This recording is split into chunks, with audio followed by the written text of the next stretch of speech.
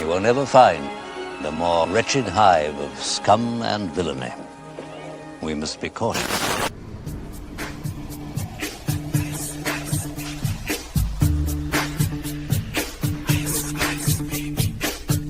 Hey guys, looks like your free ride's over, huh? Have fun living on the streets. Okay, cool. Good chatting, you guys.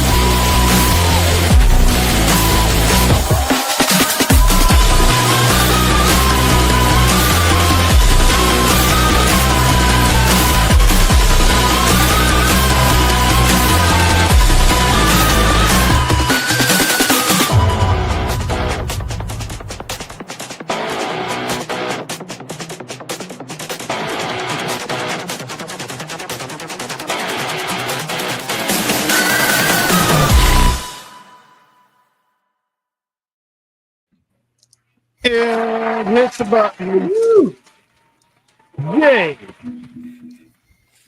Holy crap, we are here with episode 49 of the Weekly Rogues Gallery. I'm your host, Iron Oxide, and I am beyond excited because we have a very, very special guest, Tom Connors. You all know him from Midnight's Edge. Tom, you need no introduction, but go ahead and do it anyway. How's it going? You may know me from Midnight's Edge or Midnight's Edge After Dark. If not, that's where I'm from. Thank you for having me. I have no idea what I'm doing tonight. I have no idea what we're talking about or what this is all about. Well, this show is kind of a train wreck. We kind of just go with the flow of things. So I'm sure you'll do fine.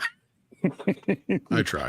We're actually gonna be doing our best to accommodate you this evening because it's freaking awesome having you, man. I imagine talk a little bit about the He-Man movie and those set photos, and I really want to hear your take on that because it seems like they're kind of making the same mistake that they made in '87 all over again with the current day, bringing He-Man into the modern universe, but we'll get onto that later. Let's go around the horn real quick. Scream Queen Selena, our producer, and my wife, how are you doing this evening? I'm doing good. Strider? Good. Well, that's quick. No, doing really good. Seeing Tom as I almost said Hugh Jackman. Wow, Gene Hackman kind of made me a little sad, but I'm wearing Superman, so it's fun. Got my tickets for Vegas, so that's gonna be a blast. Took me forever, but yeah, I'm really pumped to be here. It's gonna be fun. Awesome. And one of my favorite people in the entire universe, Mr. Berger, actually making a panel appearance this evening and hanging out for the whole show. How's it going, man? Nervous as hell, but proud to be on screen with the greatest criminal mastermind of our time, Tom Connors. Bless his little bald head and his horn-rimmed glasses. What a wonderful gentleman. Blah, blah, blah, blah, blah, blah, blah, blah. And etc. Awesome. Moving right along, Theo Snodgrass, comedian extraordinaire, and Thimu Jesus. How are you doing this evening? What's up, everybody? Very happy to be here. I got this show. I got Emerald's show right after this intertitle here. And then I got my show tomorrow morning at 11 a.m. Pacific Standard Time, Touch Grass with Theo Snodgrass. So I got a full plate ahead of me. Special guest Third Rallify. He's going to be on Emerald's show tonight and my show tomorrow. So that's super exciting. It's going to be a lot of fun. Right now, I'm happy to be here. Awesome. And very well done with the product placement. Love it. And Vagabond, what's going on, man? Nothing much. Just trying to get all bills and everything situated so I can go to Vegas. Nice. Yeah. So, are you flying Frontier again? No, We were the ones to pick you up and drop you off at the airport. We want to know ahead of time. Yeah. What about so? I'm be? looking at Spirit right now, and then. So, Hey, at least Spirit has a website. Frontier. No way. So So Vagabond, you're doing the soul plane thing? yeah, I didn't mean to, but the prices look better there, so I was like, and then I just have to try to get the hotel going. I'm just hoping there's no chicken flying through the air and through the seats and everything and weaves, right? Or whatever. I might have to wear. Propagate that horrible stereotype. All right. Right, Hey, but if Vagabond's on the plane, it's automatically a soul plane, okay? But what I might have to do in an emergency is wear like a Burger King crown, a red like cough mask bandana thing. Normally I would wear blue, but I'll wear a red one and a white button-up shirt for the occasion. Okay. Jesus Christ. Just a white kid. What is that referencing? Oh, you ever seen the Burger King guy on the airplane? Uh-uh. Oh man, no. If you're familiar with the Burger King guy on the flying from Jamaica, that's hilarious. Okay. Again, a horrible stereotype that I, as an African American, try and work through, and so forth and so on, etc. Moving on, off that unpleasant subject matter that Vagabond embraced. Just get that out of your mind, folks. On the refeed, everybody, Iron Oxide is very, very, very, very close to 500 subs. Look, just get there. Sub to this guy. He works hard. He works in a coal mine all day, shoveling coal to take care of his family and 28 kids and 4 dogs and so forth. Give the guy a sub. He needs it. You know what I'm saying?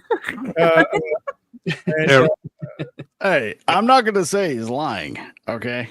Well, 28 kids. Remember, if we get to 500 subs, Iron, we're supposed to have a mini Iron and mini Selena. Just saying. There you go. Guys suck. Moving on to So, Tom, I know, like myself, you are a huge fan of the 80s pop culture. I really want to pick your brain about Teenage Mutant Ninja Turtles, and we're going to get into that. And hopefully, there is some salvation of the franchise, maybe under the right hands. But what are your first initial thoughts of Masters of the Universe? And let me bring up this picture right here. Oh boy. I've not seen this. I'm curious. This is what we got. Sad. Huh? Now, I see what they're going for, because if you watch the 80s cartoon, you know Prince Adam always wore the pink shirt with the white undershirt before he powered up into He-Man. So there is a little bit of a reference there, but the biggest problem that I see is they're bringing, at least for part of the movie, He-Man is going to exist in the modern world. And that was like the biggest thing that everybody had a problem with in 87. Like even the kids, because I was one, it was like, what the fuck is this shit? It didn't work then, and I don't see it working now. There is another picture that shows the sword. I don't know if that one's on this first article I could find. I'm only a little bit familiar with He-Man. How's the sword looking? Do we like that or no? The sword looks legit. The sword looks okay. I'm more worried about everything else because this has been a problem for years. This is a film that's been in development hell forever. And it's now landed, I think, at Netflix is where it's at. Oh, I'm not mistaken. Yeah. And I think they're still using the David S. Goyer and Nee Brothers script. Wow. So it's hard to say. And as far as we know, it's supposed to, like, he's supposed to be on Earth, doesn't know who he is, and all this kind of crap. It's going to be just wretched, I bet. Basically a reversal of the original film. I'm not looking too forward to it. Nothing about it has really kind of sold me on it yet. Maybe a few of the castings, but other than that, I haven't. It can only surprise me. Evil Lynn looks pretty good, and even Tila, I'm a little surprised. She's not a redhead, but I mean, at least she's not the alternate.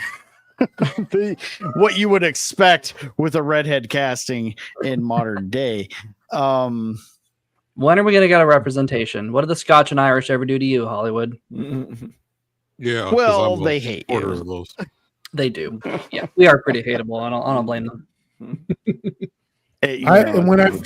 David S. Goyer was involved, I was already depressed about this, but hearing his name associated with it just brings me down. I knew this was going to be a little bit sad for me, this whole thing, but that name being involved, Tom, has he ever done anything of note that actually, I mean, he's done stuff, don't get me wrong, but in his entire repertoire, has there really been a quality project other than Blade? Where he hasn't been working with other people? No, not really. It's very much. I mean, this guy got started writing demonic toys for Full Moon Features. What? That's true. I knew that. Yeah. I'm not gonna lie, I love those movies. Didn't he also do the Dark Knight trilogy? Yeah, but I think he had was Nolan's brother involved. working with him, and some. Yeah, so. Tom's 100% right. Unless this guy's having his hand held by somebody else, he stinks. Him and Snyder are like two peas in a pod, basically. Yeah. So you guys said this is going to be on Netflix? It sounds like the Death Note situation again with Netflix.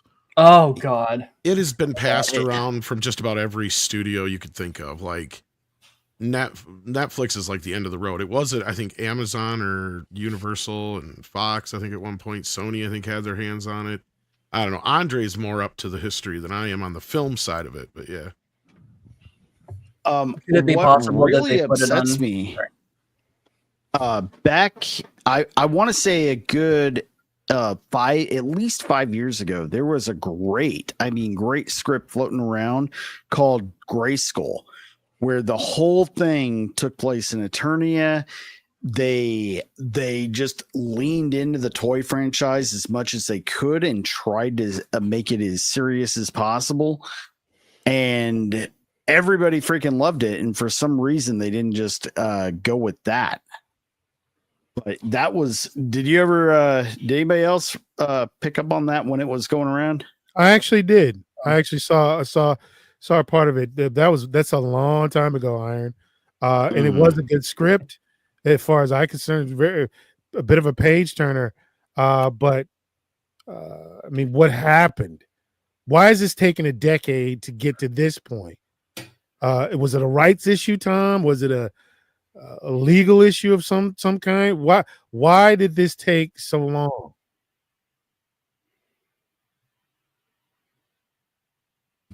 Hear me? Hello?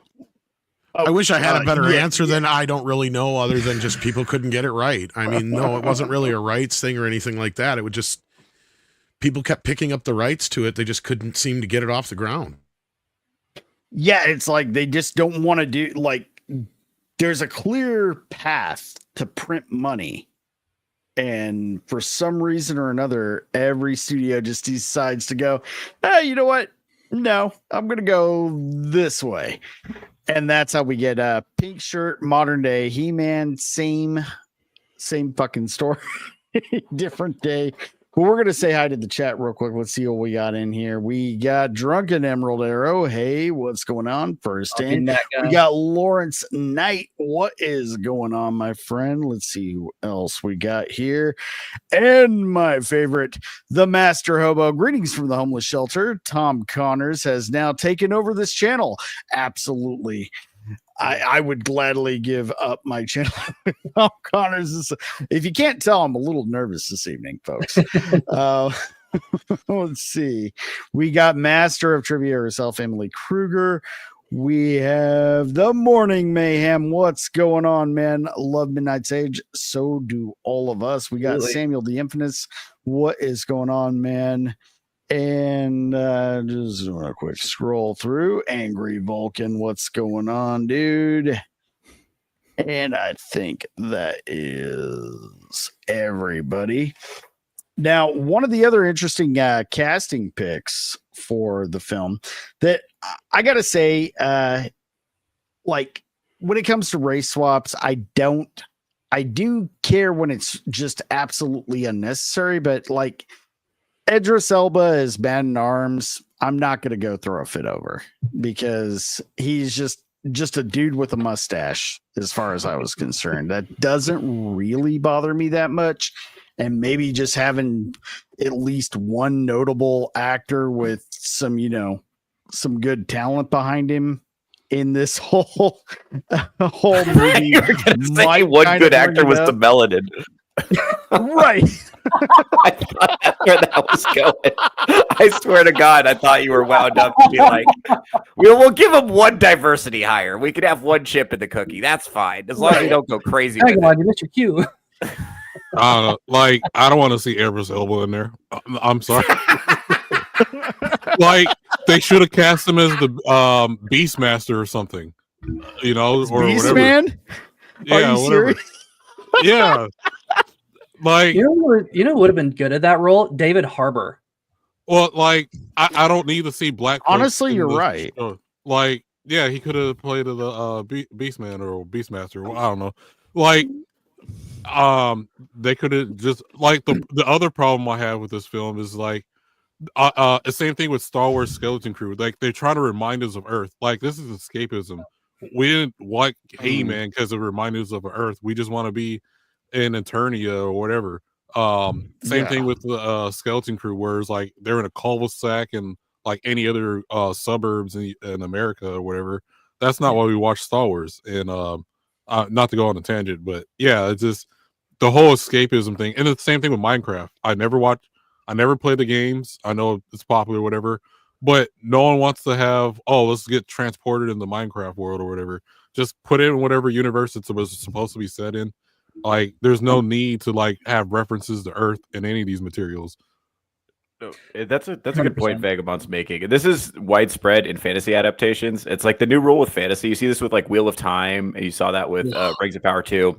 It's like any fantasy adaptation. It's like, what if your favorite fantasy universe was just a hipstery area of Los Angeles, California?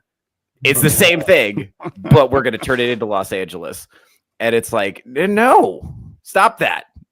Stop it. Well, I can tell you exactly why they're not actually setting it in a foreign land, because it's cheaper.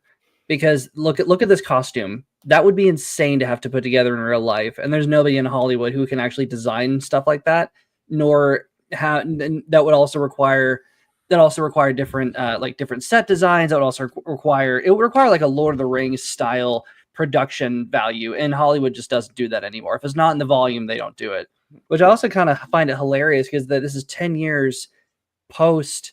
This is 10 years post the 80s, like the 80s nostalgia that came out by Stranger Things from Netflix. That would have been a perfect time for a decent He-Man adaptation. Just do a 2-hour movie. Netflix was on top of the world at that point. This is so stupid while they're waiting 10 years for this. And granted, He-Man is one of the, I think we can all agree, one of the most seminal cartoons of the 80s. So not doing that at the height of 80s nostalgia, like, why even bother now? I don't get it.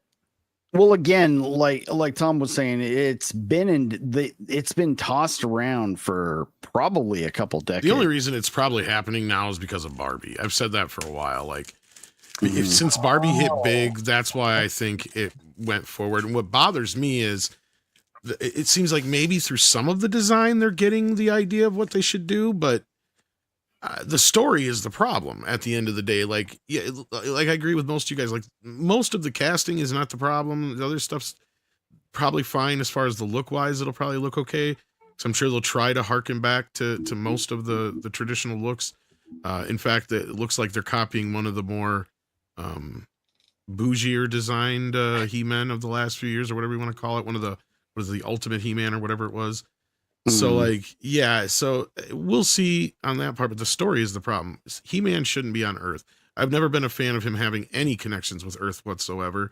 I don't like that when they have that his mom is actually half Earth, or from Earth, and he's half Earthling. To me, it's pointless. It's supposed to be a fantasy world. Eternia is great as it is. There's plenty of story there. You don't need to add that little extra wrinkle to the mix. So to me, it's fine. There's other lore and stuff you can pull from. Plenty to work from. It's not like Barbie, to where Barbie is literally a toy that could be anything, so you can project anything onto her. And I could understand how, the movie basically was what it needed to be, outside of a few things I would have done differently. But as a Barbie movie, I'm like, well, I guess it works, because what are you going to do? She has no real identity, right? She has no story. Right. She has no background. He-Man, on the other hand, aka Adam, does. So there is plenty to work from, and there's plenty of places to go with this. And in this world where we have CGI and all this other stuff, I don't understand why we're putting him back on Earth again. It just makes no sense. Tom, what about the money? Let's talk money. What do you think they're spending on this project? Oh, easily 150 to 200 million, I bet. Wow. Probably at the lowest 120. So yeah. Wow, that is a lot. Yeah, I would think that a lot of it goes down to like how much costs can they cut by having more, at least 25 to 50% of the movie taking place on Earth, where you don't have to worry about too much of the costumes, the special effects, and everything else. Is the cast at least worth that money? They blew their load getting Jared Leto to play Skeletor. Are you kidding me? Yeah, I wish I was. Is he really? Right there. Why? Yes. What? Why? Well, see, that's the other problem. Like we didn't even just in general, we don't need any high end actors for any of this. Found someone that played look somewhat to He-Man. And maybe someone that's like a modern day bodybuilder or whatever, right? And then just you could have filmed in some bog or swamp or some desert land somewhere, and then do whatever filters and post and call it a day, and make it to where you're selling toys again or wherever. Or that's what they should have done. They didn't even need, they don't need a big budget. All these actors, that's not what drew us to the movies and stuff. back in the day, maybe one or two big names, but like if the movie sounded interesting enough for He-Man, it's popular enough that anyone would have just gone and seen it if it was a decent story. It wasn't Dolph Lundgren the He-Man in the 80s movie? Yes, it was. It was the one and only Dolph Lundgren. As I kind of feel like anybody in the 80s. Now, Lisa Tila, I don't hate this at all, especially after the Kevin Smith cartoon. At least she looks feminine. Yeah, at least it's a girl. Yeah. Doesn't look like Abby from It's Last sad of that we Us have to 2. say that. It is. It kind of is. So Tom, did you see the Kevin Smith the vomitation, or I don't know, whatever the hell he tried I saw to do the first season. I did not watch any of the Revolutions or whatever the hell it was called. Were you a fan at all? No, not at Didn't all. In think so, fact, okay. I summed it up pretty well, I thought. It was an epic rant, folks. I heard it. It was, yes, it was. Nice. Yeah, if you see my little figure thing I did with it, it's just like, yeah, it's pretty much what it was. That was the inspiration, by the way, behind the thumbnail. So, oh, all right.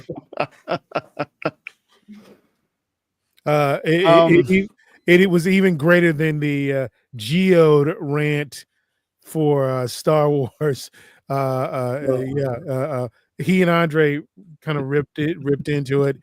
Folks, find that if you can on Midnight's Edge archives or wherever. You do yourself a favor. It was brilliant.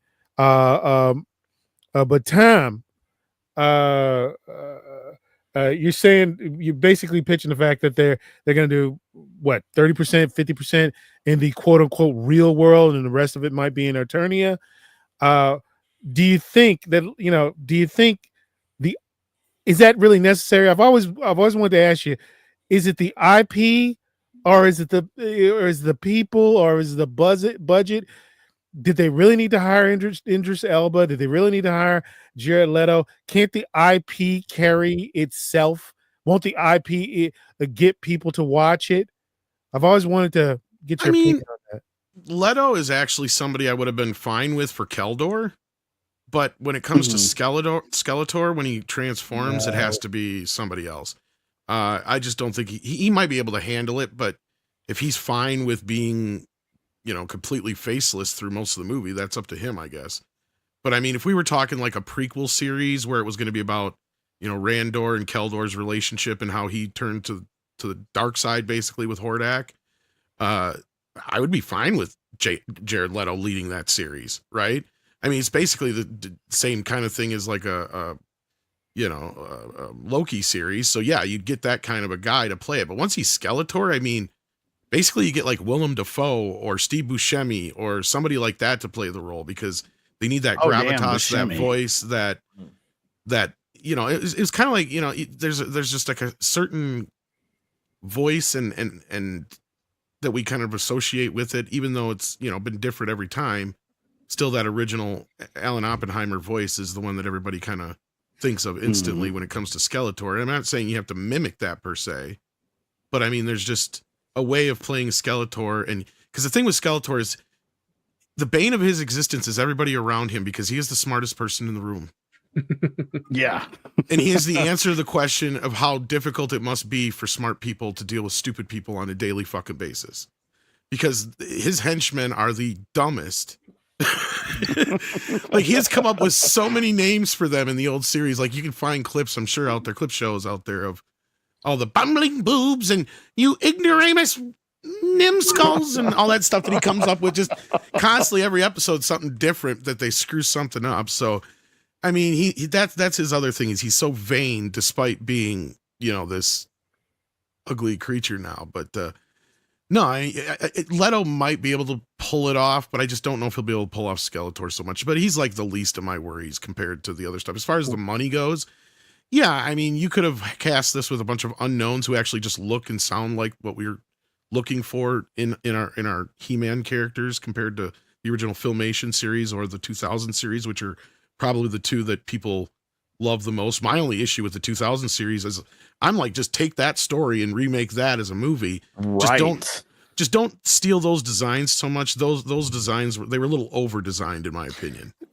They Like, were they're just a very little too 90s busy. and 2000s. Yeah. Man, everything I kind of was dig the OG extreme. designs. Yeah.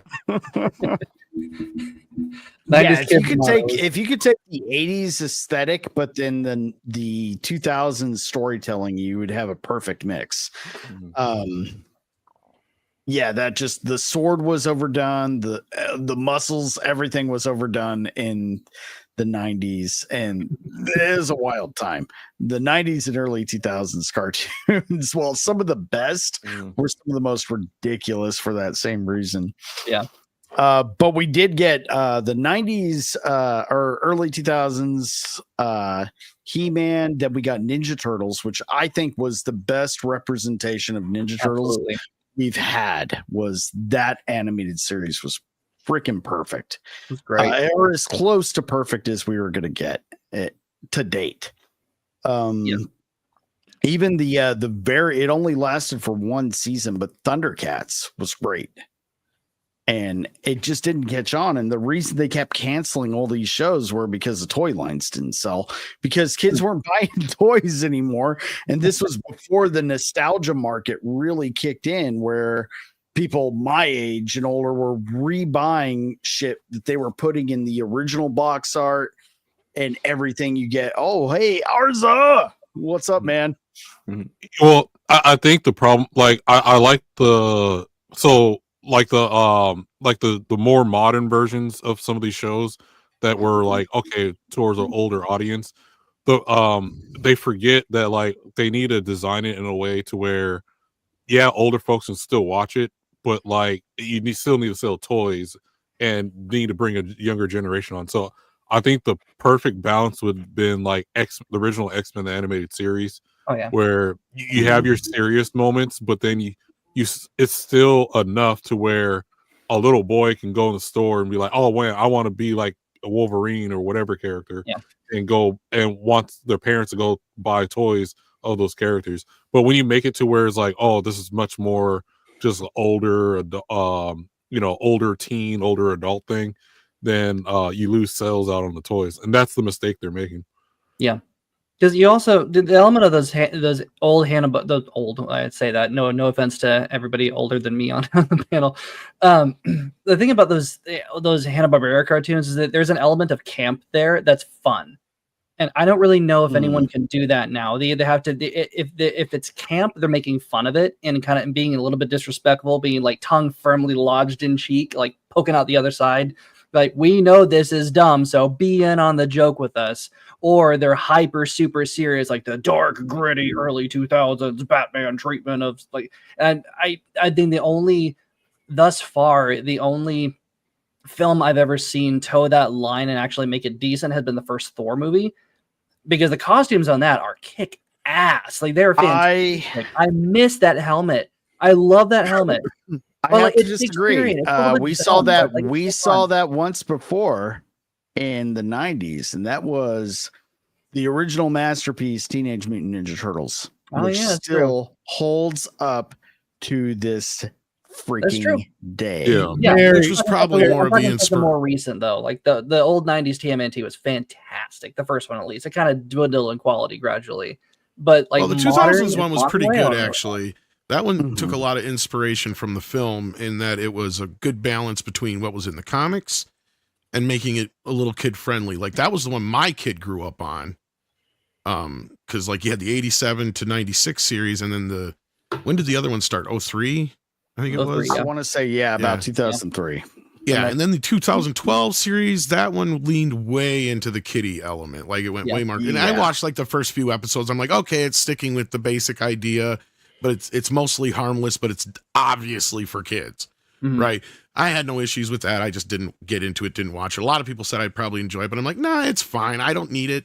I got my other ones. And then, of course, we got the rise of the TMNT and the new movies, and then we've got this new Mutant Mayhem. And this Mutant Mayhem thing, man, like, this is just obnoxious. Like, it is ADHD, the fucking movie, and yes.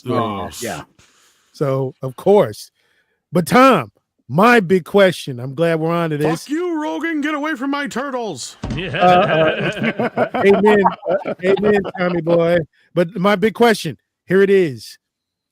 There's a possibility, I guess more than a possibility, we could be getting a live action Last Ronin. I am very curious. That's what's been the talk. Yeah. About your opinion of that. Lay it on me. Well, from what I'm hearing, it sounds good because it sounds like they want to make it an extension of the 1990s film and have Judith Hoag return as April and so on. So really, okay, it has potential. I just don't like where it ends up as far as like the continuation of it all. Like I like it being a nice finite ending. And I don't like this, you know, the whole like, oh, we got more baby turtles to raise and all that crap. Yeah, like, what's the point of the Last Ronin? There's no last in any of this. No, exactly. Right. Like that's the whole point of the story is it's the last brother left going to face down and take vengeance for the death of his master and his brothers. Mm-hmm. And the twist is which one it is that's left. Yeah. That blew me away. Yeah, so it's like, and of course that kind of gives it away when you say that, but like, it's obvious, but like, yeah, it's just that in the way that it's done and it plays itself out. It's like one of those perfect Logan style stories that probably would work as a one and done as long as they don't fuck it up. Yeah. Yeah. Well, the story isn't all that complicated either. They're breaking into, they're fighting robots in the street and breaking into a tall Japanese, cyberpunk skyscraper. It's actually kind of fun, and I would love to see that done. I would actually love to see that done in live action. What makes Ninja Turtles really good, and one of the things that they've done really well is borrowing from other things, like Daredevil and then the Last Ronin was clearly, you know, the Logan and Old Man Logan, all that, and just borrowing just enough and then adapting it enough to make it original.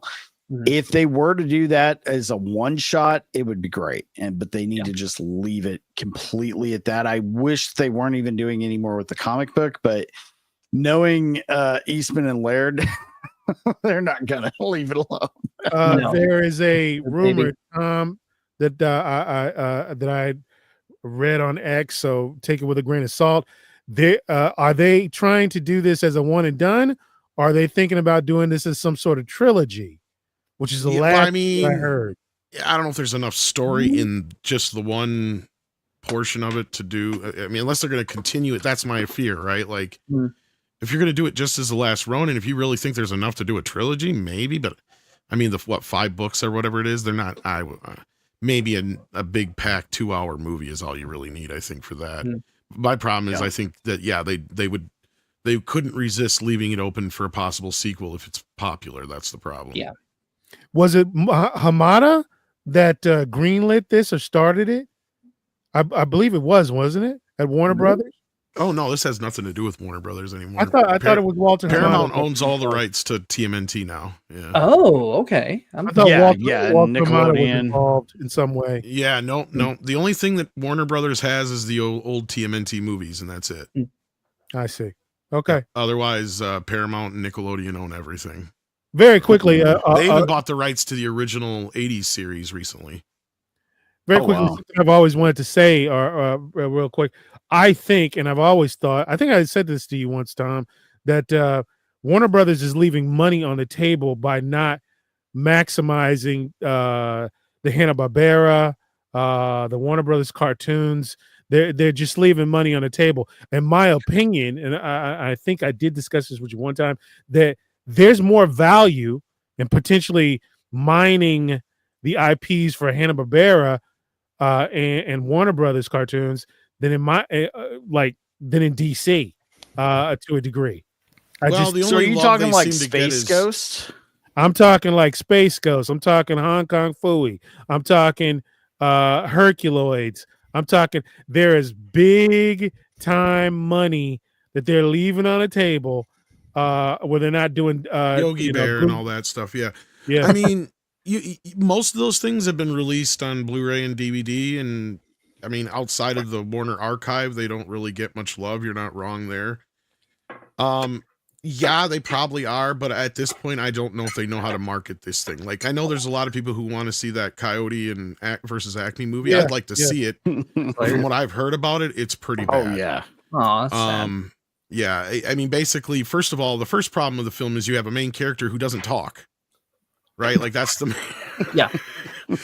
the main problem you have. And then the courtroom scenes, unfortunately, are like basically most of the third act, and it's like, to me, it's like, okay, so this is, from what I read of the synopsis and the breakdown of it, it's like, okay, so it's basically what I feared. It would work best as like an animated short, not a fucking movie, because the whole rest of the movie is more about the other guy, his lawyer, and all this other stuff. And then you find out at the end that Foghorn Leghorn was behind it all. I'm like, what? Like, he's not even technically a bad guy. I mean, he's a neutral at best. I mean, like, and that's my other issue with some of the Looney Tunes properties. Sometimes people just get involved that don't know what they're doing. And you have guys like Joe Dante, when they are doing stuff, they know what they're doing. People ignore it, or it's something like that movie, which just obviously just a bad idea to begin with, but he did his best with what he had. And it's got some of the greatest gags in it too, as far as Looney Tunes go, but that's just because Joe Dante understands Looney Tunes. Yeah. But that's the thing, is you just got to get somebody who understands Looney Tunes and Hanna-Barbera, and maybe there's things that could be revived, but frankly, right now, I wouldn't want them to do it for the next 5 years or so. Yeah. Yeah. Let me get my hand on that IP. I actually had a question for you, and this is something I've been thinking about for a while, because I think the problem with Hollywood now is that, and just streaming services in general, they're trying to make too much that appeals to a wider audience from an audience that I feel is way more segmented, and here's what we like, and we kind of don't really have time for anything else. Do you think that maybe the future of these kinds of adaptations is much smaller scale and trying to market? Do you think there's any future in marketing to a larger audience, or maybe just trying to market to your fans and maybe with a smaller budget, a little bit more dedicated crew? Do you get what I'm saying? Did you have any? That's probably the future of a lot of these things. I mean, that's the thing. It's they're going to have to learn, first of all, because they're in that space right now where Vince Vaughn was talking about on Hot Ones, where he said the producers that are in there now and the movies they're making now are all IP driven or reboots or remakes, because that way, when it's all said and done and these things fail, all they have to say, well, you can't blame me because I did said IP. Yeah. And said IP is supposed to sell. Right. So that's the problem, is we have a bunch of producers and people in right now in Hollywood who all they were worried about. And this was the problem before the woke, right? Like, this is what got me into this in the first place, before Ghostbusters and all that stuff came in and totally changed the game, was that this idea that you just slap the name on something and it makes it what it is. Like, and that used to be my whole thing, but mantra before coming into the woke part was, oh, you can't just slap Star Wars or Star Trek on something and expect people to just buy it because of that thing, right? Like, you can slap, Burger King on a turd, but that doesn't mean I'm going to eat it like a Whopper. And then the other cases is like, sure, some of this stuff might be okay, but you're basically selling me, burger for the price of a steak, and I'm not going to keep paying that, right? Like, I'm only going to put up with it for so long. And I think that's the bigger problem they had, what I called the McDonaldization of Hollywood coming into this before the woke thing. The woke thing was just something that expedited so many other problems that they have in the background and foreground. And now they're facing almost near extinction, probably the worst they ever have since possibly the 60s.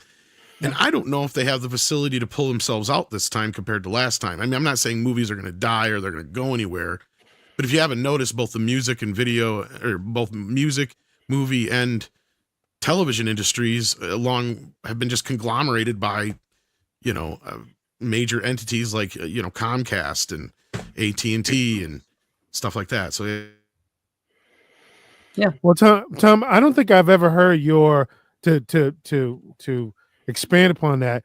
What do you think this is going to look like in 3 years? What do you think this is going to look like in 5 years? Because obviously, for obvious reasons, I'm concerned about that. I really wish I had an answer. The only thing I do know is that I can probably guarantee you that most of the woke stuff is going to go to the wayside. Not all of it. Oh, yeah. But a lot of it will, because the money people and the producers are more than happy to get past some of that kind of DEI stuff. Now, the superhero craze is going to die out, especially if Superman and Fantastic Four both fail to make $1 billion. Then I think the studios are going to put a fork in that, and the producers are going to say, well, see, we're done with that. And they're going to be happy. But the problem is then, and this is why I say I don't know, is once they get onto the other side of that and they realize that they got to start making regular movies again, they'll realize they killed the movie star. Yeah. And they don't have any movie stars anymore. So when Will Smith is your highest paid movie star last year, that's a problem. Right? Oh, like, you serious? I am dead fucking serious. Yeah. I did not know that. Are you kidding me? Tom, don't you think the IPs should drive the audience as opposed to big ear degenerate? Well, yeah, to a point, you're not wrong. I mean, I get what you're saying. Like, I mean, the audience will show up if you make something good, but you can't just make an IP and expect an audience to show up. See, and that's what they've been doing for the past 10, 15 years on top of the woke stuff eventually as it came in, was they just would make something with Star Wars or make something with Star Trek or make something with whatever, insert your IP here, and just expect the audience to show up and not have a problem with it. And they found a way to hide behind the criticism via woke and DEI. But I mean, I think that if you recreate movie stars, if you make, because look, at the end of the day, you can only give us so many superhero movies and other IP driven fare where it's, yeah, that's cool, that's great, but we've lost a lot of what made movies. Right? I mean, it used to be, we never used to say we're going to see the new Batman or the new Superman movie all the damn time. Yeah, we would say we're going to see Batman if Batman came out, don't get me wrong. But most of the other films we talked about was like, I'm going to see the new Eastwood movie, or I'm going to see the new Michael J. Fox movie, or the Stallone movie. Exactly. It didn't matter what the fuck it was, because we were into that person, and that person was going to take us for a ride. Right. And that is how you sold movies back in the day. And it makes more sense financially, because then you could take a chance on something a little lesser known or untested, or that might be against the norm. But at the end of the day, I mean, movies have always been kind of the same thing when it comes to Hollywood. Is, and I can't remember who says this, but it's a quote, but a famous quote that basically says, you tell your audience what they're going to see when they're in there. You give the audience what you told them they're going to see when you get there. At the end of the movie, you told them what you just saw. And what that means is, don't shake up the expectations too damn much, right? Like, we have to subvert expectations. You right? do, right? I was about to say, but not in the way that they're talking, right? There's a difference, right? We're talking. The audience loves surprises. The audience loves, things to happen that they don't expect, but they don't like to be subverted. Like, even the word subversion is in and of itself a bad, like, it has a bad connotation to it, and they should have saw that from the start. Well, no, it even did, like, to subvert something is not good, right? It's to basically hide or trick, basically, in other words, or if somebody wants to give me a better definition for it, but like, bait and switch. Bait and switch kind of thing. Exactly. Yeah. And I'd rather something surprise me than subvert my expectations. Yeah. I do want to add too that, my bad, Arian. Oh no, I was just going to say, now the subversion is expected, because it's just, okay, bait and switch followed by lecture. It's all we get. But go ahead, Vagabond man. Well, I to add to what Tom was saying too, is like, beside, like, outside of just the movie actors themselves, or like the superstar, they would sell us on the story. So when we get those trailers, in a world where this and this happened, like, we don't know anything else about the movie. We just in a world where worlds don't exist, things don't happen, and nothing ever comes true. That's familiar. Yeah. So what we will get trailers like that. We don't know who the actors are or whatever, but that it would intrigue you enough to be like, okay, I want to go check out this movie because I'm interested in what story they have to tell. I don't know what's going to go on. Or if you think about the original Alien trailer, we don't know nothing. When you go see, I loved it when they didn't show things. Like, they didn't show, like, even like, especially the horror movies. What was it, 79, the original Alien, like the first movie, that trailer is probably like I love watching old movie trailers, and that's probably one of the best it's ever made, man. That screen and the gradual lines coming on, you have no idea what it's supposed to spell out. You eventually realize it's a title like Alien. Oh, but it's setting up this. Because you're probably thinking of like something like Star Wars or Star Trek, and then it's like, no, this is a horror movie, and you're gonna get scared. And it was great. And then the other problem I see too is like, to also add what you guys were talking about earlier, is that when you slap the name on something, and over time, like, okay, maybe like you just slapped the name Star Wars originally on it and we would go see it, but over time it just kept being bad movie after bad movie, bad show after bad show, that eventually got to the point, hey, if you slap a name on it, we already expect it to be bad. Like, you're not excited to go see a Star Wars movie anymore. You know, I swear to God, Tom, sometimes talking, I love Tom, but sometimes talking to Tom is like getting kicked in the balls, especially when this is kind of my business. He's absolutely right about the death of the movie star. And the thing is, I have always been anti-movie star because they can hold you hostage as a producer or a creator. If you don't get that quote unquote celebrity, you don't get that quote unquote B-lister or C-lister in your particular project, you could get your knees cut off as far as profits are concerned. But goddamn your beautiful bald head, you're right. I don't like it. I really don't. I would much rather, as Vagabond was saying, create a property and people love the property. They come and see it for the story. They come and see it for the trailer. I don't like the idea of being, you gotta hire so-and-so to be in it. I understand that from an investment standpoint, where you got to try and scrape money together. Well, we need to find the happy medium where the properties do sell, right, and they help make movie stars, right?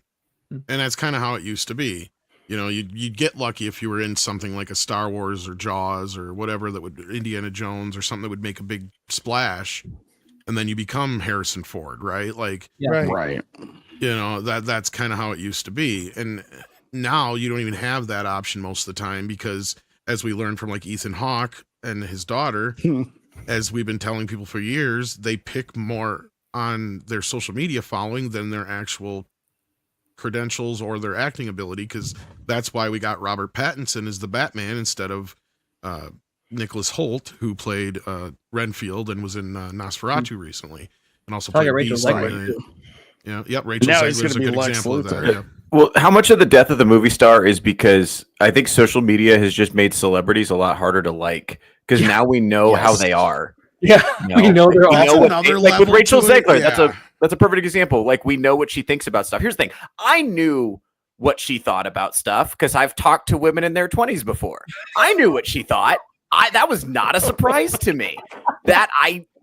But for most of America, it was novel, to hear that kind of nonsense spewed so confidently, right? And then it makes them hard to like. Here's the thing: these people are vapid, shallow narcissists, and they don't hide it anymore.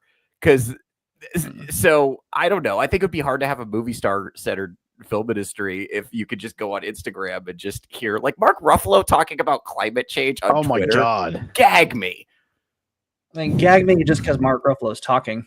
Actually, but that brings up an interesting point, because the death of the movie star will naturally make things cheaper all around, because you're not relying on brand names, I guess, because they're not actually people at the end of the day. They're just names. They are relying on the brand names, because like Chris, whatever, the Captain America one, whatever his name is.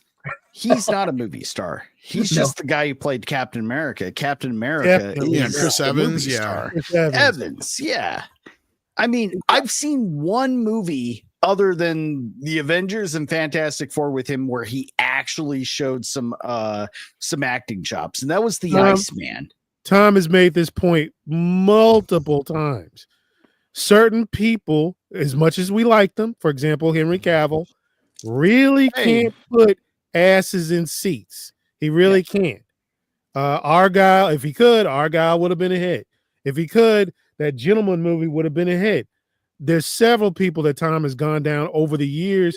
If these people are not what you think they are as far as box office draws, and again, I come down on the side that I'm almost okay with that because the film should be the draw, not the guy in it or the girl in it. Right.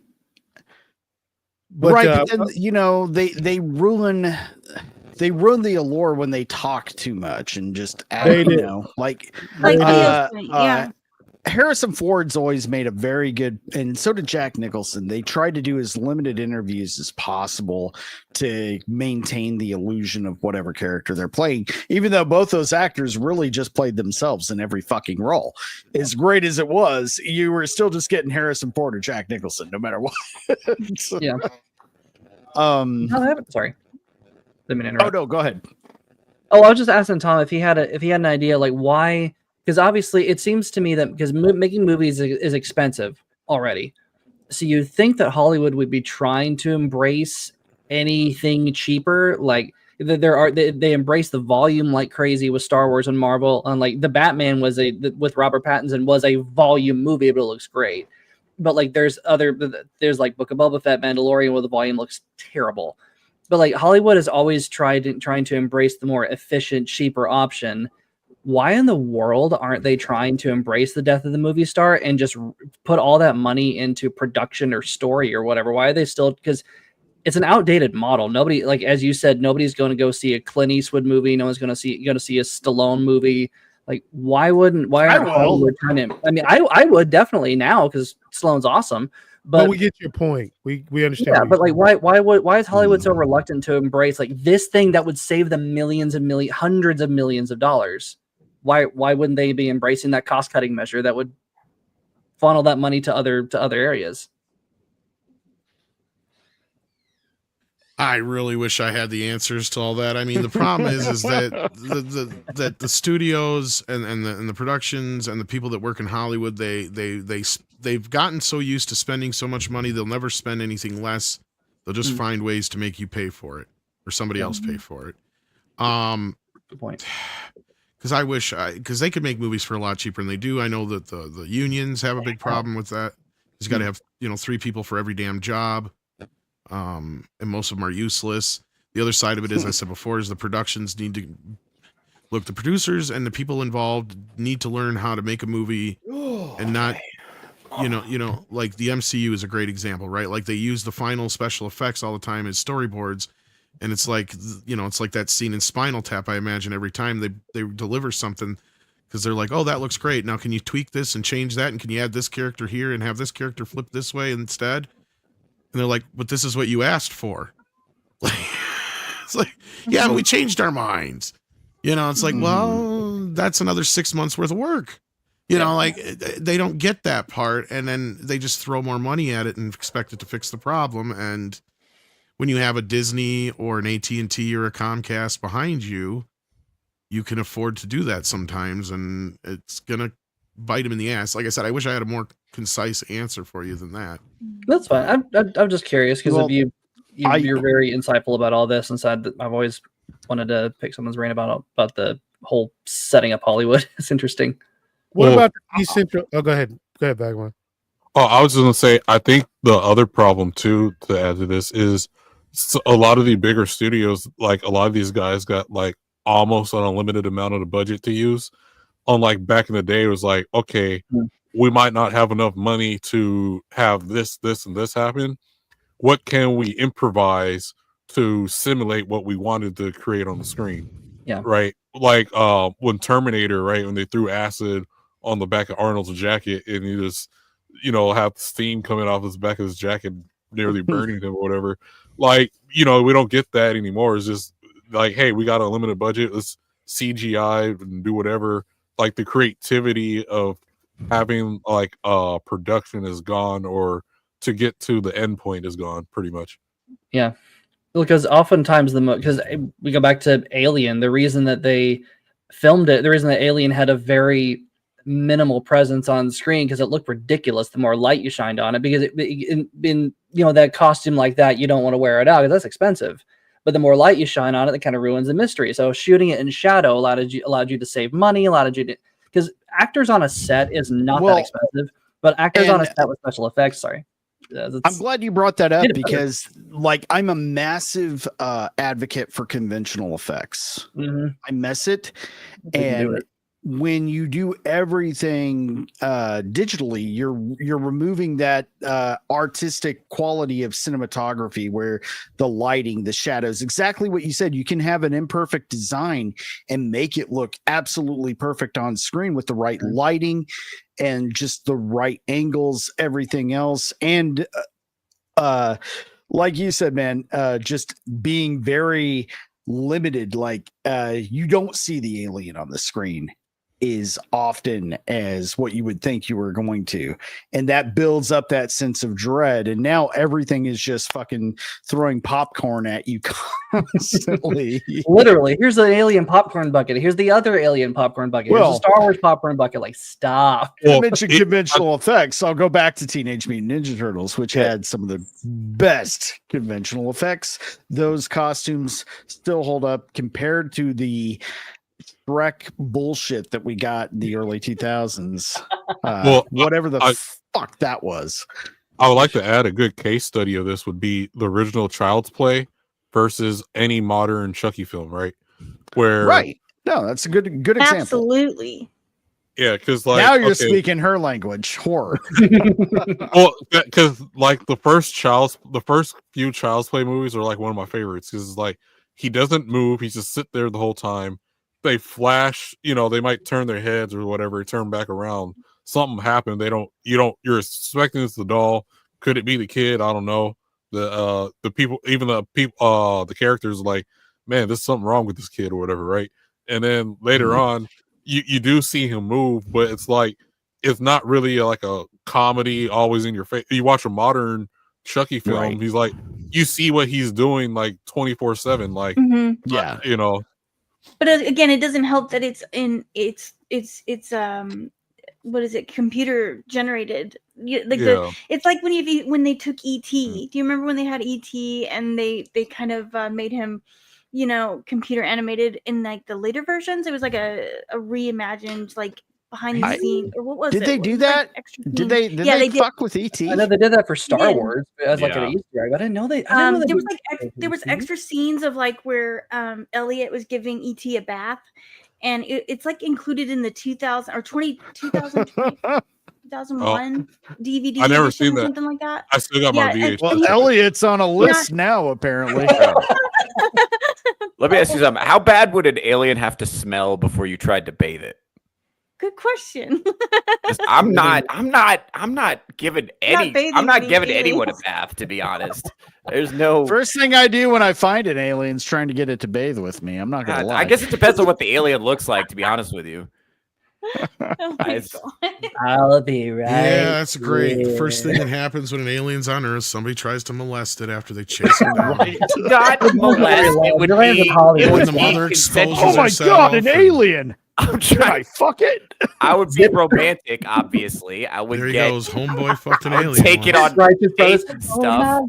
I'm not an animal. This is for all those anal probes, motherfucker. All right, Commander Riker. All you guys watching the refeed, what a classic conversation. If I might, Tom, I have, I don't know if I have ever brought this up to you. What happens when the decentralization of Hollywood really kicks in? In other words, we've talked about all the issues, the money, the unions, the blah, blah, blah, blah, blah. What happens when this becomes too much and too great and people basically go, look, I'm going to Vegas. I'm starting a studio in Nevada. I'm starting a studio in Florida. I'm starting a studio in Texas. What happens when Hollywood decentralizes? Well, we're starting to see it a little bit already with things like Angel Studios and some of these other up-and-comers like that are found their little, ways into the market. But I mean, I think Trump's whole point was appointing, Stallone and Gibson and Voight as ambassadors was they want to bring business back to Hollywood and make Hollywood strong again, because one of our biggest exports is movies. At least it used to be. I mean, and that's why it's always a big deal when these movies make or break outside the U.S., because that can help a film become financially, successful, even if it doesn't do so well in the US. But look, I mean, it's possible that's one of the ways we could get out of this funk, because that's kind of how we got out of the funk of kind of the 60s going into the 70s, from the Hollywood mogul era going into, the studios being more independent. And then you had, in the 80s, when going into the 90s, things were starting to get a little stale there. Well, that's when you had new indie voices come in again, much like you did back in the 70s and partially in the early 80s as well. And that kind of worked for Hollywood, and that's kind of how it used to work. But then there just became this wall after that next group that just it couldn't seem to get through. And I think part of it isn't so much the studios, which, yeah, that is a big part of it, don't get me wrong. But I mean, we live in a world now where entertainment is so spread, right? Like, you have a problem. That's the biggest problem of everything, is like everybody's chasing the audience now instead of the audience trying to find you, right? Like, that's the problem now is you're on so many streaming networks between. You're right. Everything. It's crazy. It's because before that, at least, there was that trust between most people. And if you could actually afford to make a movie look like a movie, some people generally give it a shot. So, but nowadays, I mean, there's how many YouTube videos that look better than some Hollywood movies that don't get nearly as much attention. So there. Yeah. Star Wars fans are making better Star Wars movies than the people that own Star Wars, for God's sakes. Like, that kind of, that's what I'm saying, that kind of niche fandom is, I kind of think that's the future. Because there's nothing centralized anymore. Well, it's also kind of interesting, as you mentioned, a bunch of studios moving to Texas. Texas is pushing hard for this, especially Houston. Big time for like a new, almost like Hollywood structure. Well, more movies are shot outside of Hollywood than in Hollywood now, right? Like, correct, yeah. Georgia's where most movies are shot outside of Canada. Correct, yeah. In the UK. So, like, yeah, it's... Yeah, they keep coming to my downtown. Oh, you live in Atlanta? No, I would never live in Atlanta. No, I'm in Macon, so like they've been using downtown Macon for a lot of stuff, and then I gotcha. Well, it's funny that the past, like, the biggest movies in the past 5 years, both Avengers films were all filmed in Atlanta. They're not a single. That's all take place in New York, but they're all in Atlanta. A lot of the studios in Atlanta, right?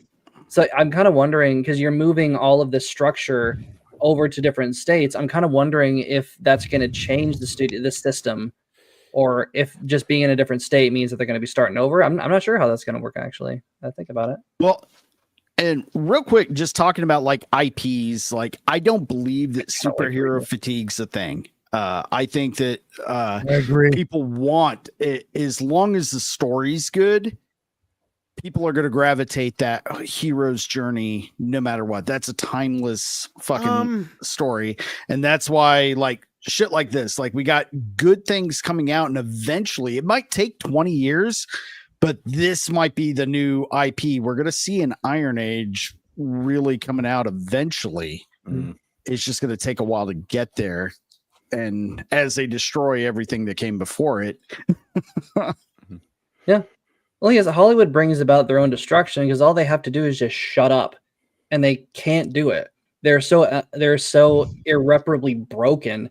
They can't just let the entertainment speak for itself, because every bit of entertainment has to be suffused in some kind of Marxist bullshit, and they can't not give you the message. They can't just entertain you. They have. That's why it's going to take people behind both the story itself and the people making it. Are going to have, it's going to be we're going to have see a whole new renaissance of filmmakers, from writers, directors, and IPs coming out to kind of replace what's already come out. Big fear to throw to the panel, but specifically for Tom, that ultimately, that my concern is that there's no big balling or revenge for those of us that exist outside of the system. One of the most, and I'm sure, talk me down from this time. I'm sure the Murdochs, the Murdoch boys, the kids, are gonna basically take over that empire, and part of that empire is gonna be Tubi. What I don't need is those two guys are notorious liberals. notorious investors in the message is them fucking with me with my properties or Mr. Burger or anything else I try and put up.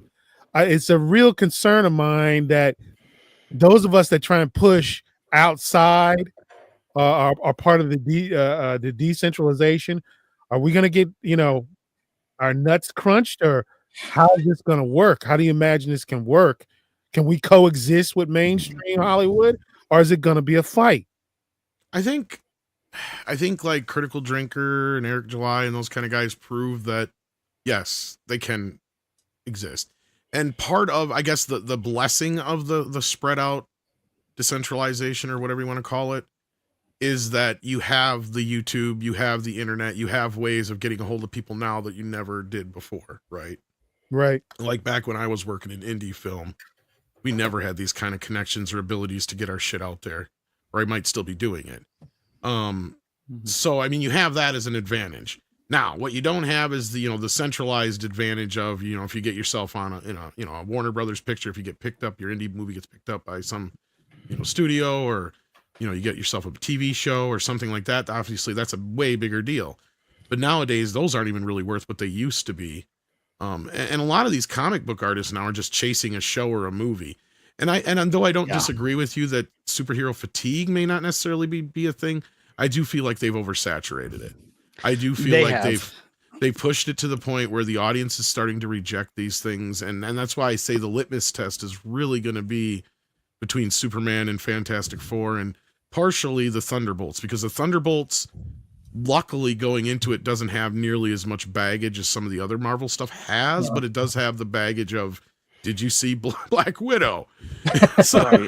And did you see probably Falcon and Winter Soldier and stuff like that? So yeah, and that again has become the problem of the Marvel universe and the comic book genre as a whole, because DC was chasing it for years, trying to do this, and they're still doing it with Gunn.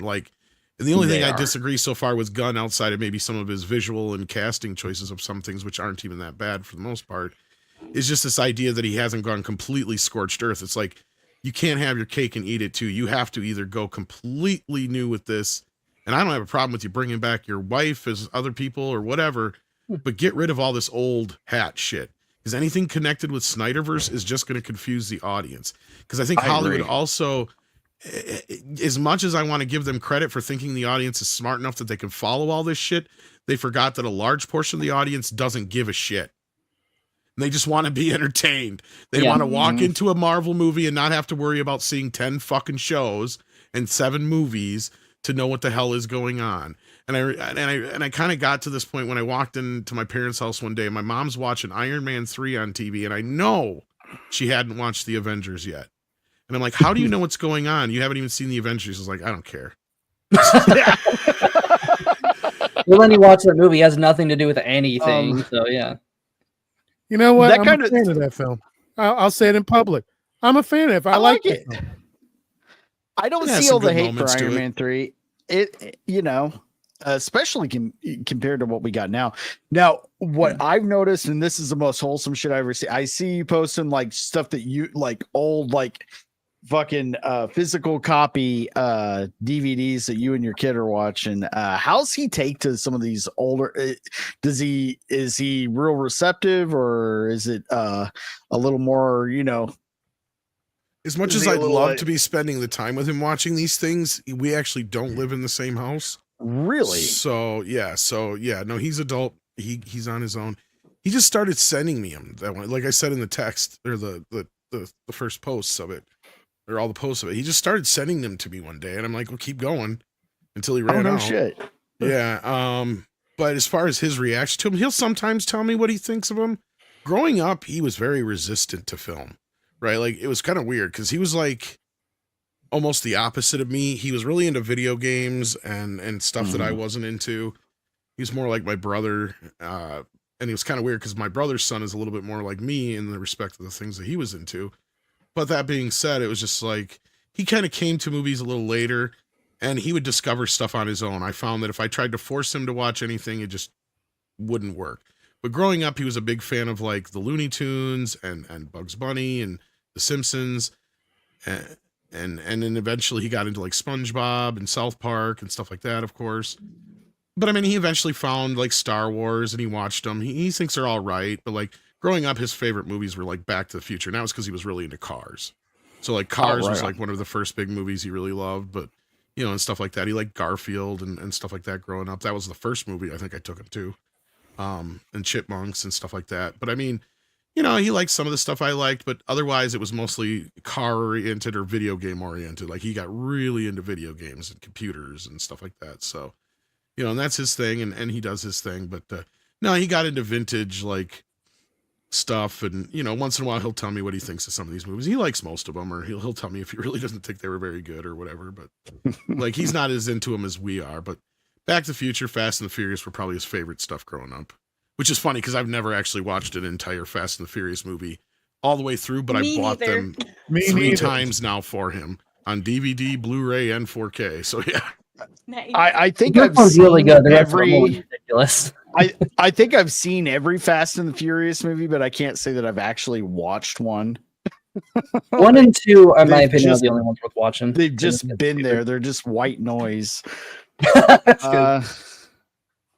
Ultimately, Tom, I think from the creator standpoint, I'm not, since you're talking about generational stuff, I've basically decided, and please give me your opinion. Everybody can give me their opinion. I've basically decided just not to worry about Gen Z. It's not that I don't care about them, but I don't care about them. I'm much more interested in creating stuff that you, Iron, Gary, Jeremy, Ryan are into. That's one group. Gen X, the bags, and Selena. If I can make something that will entertain the F&T crowd, that will entertain the Midnight's Edge crowd, that's where I'm at. But if I can make something that Selena would also be interested in watching, or this chick who runs this channel called Popcorn in Bed, that's where I'm at. I don't really care about these Gen Zers. They don't seem to be interested in anything long form.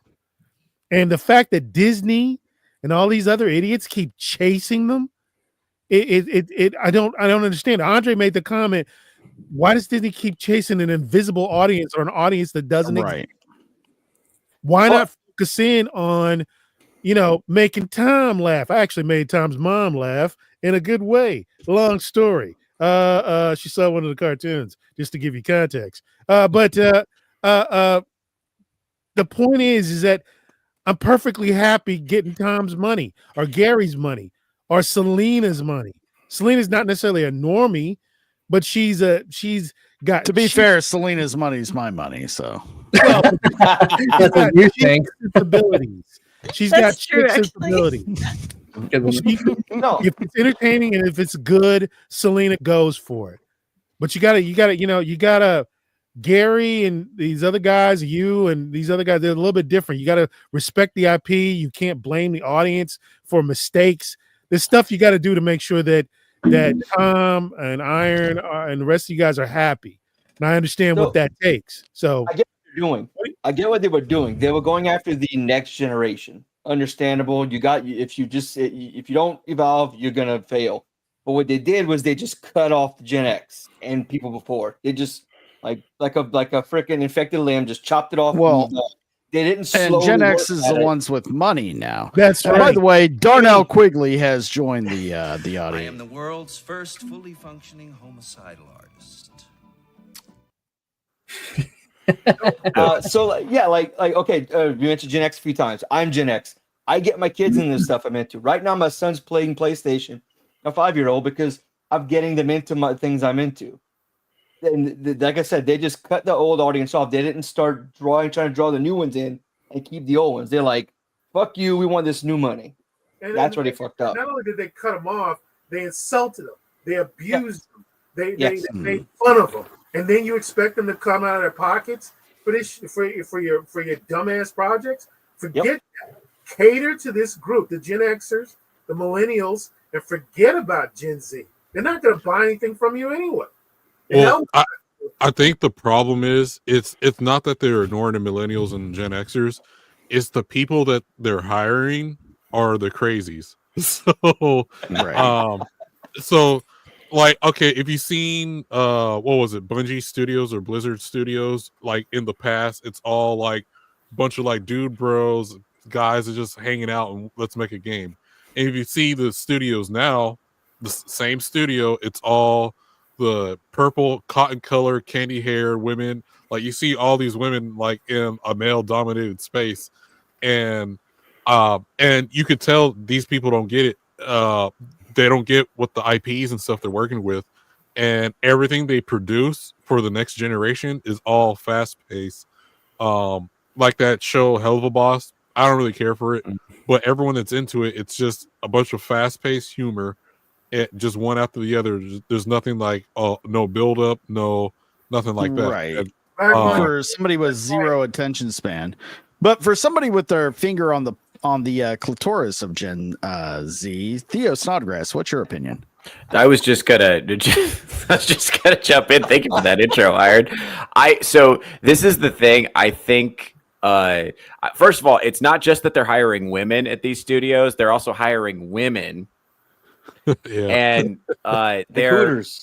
so they're bringing in all of their ideology and stuff, and they're just motivated by the ideology. The other thing is millennials are starting to come into their disposable income era, but they have no incentive to save for the future because they don't have children and they can't buy houses. So they're just like Disney has pivoted their marketing to cater to people in their 30s. Disney parks are for 30-year-old people now. And so I think a lot of this is just to sell.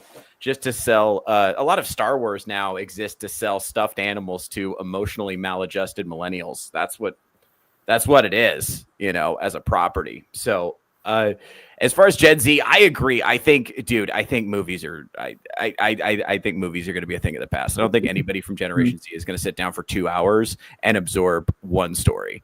I think that's over. They're into shorts. They really like television. They like to they'll binge 6 episodes of a series, but they won't watch a 90-minute movie. It's a crazy. whole season now. Theo, Seasons are 6 episodes now.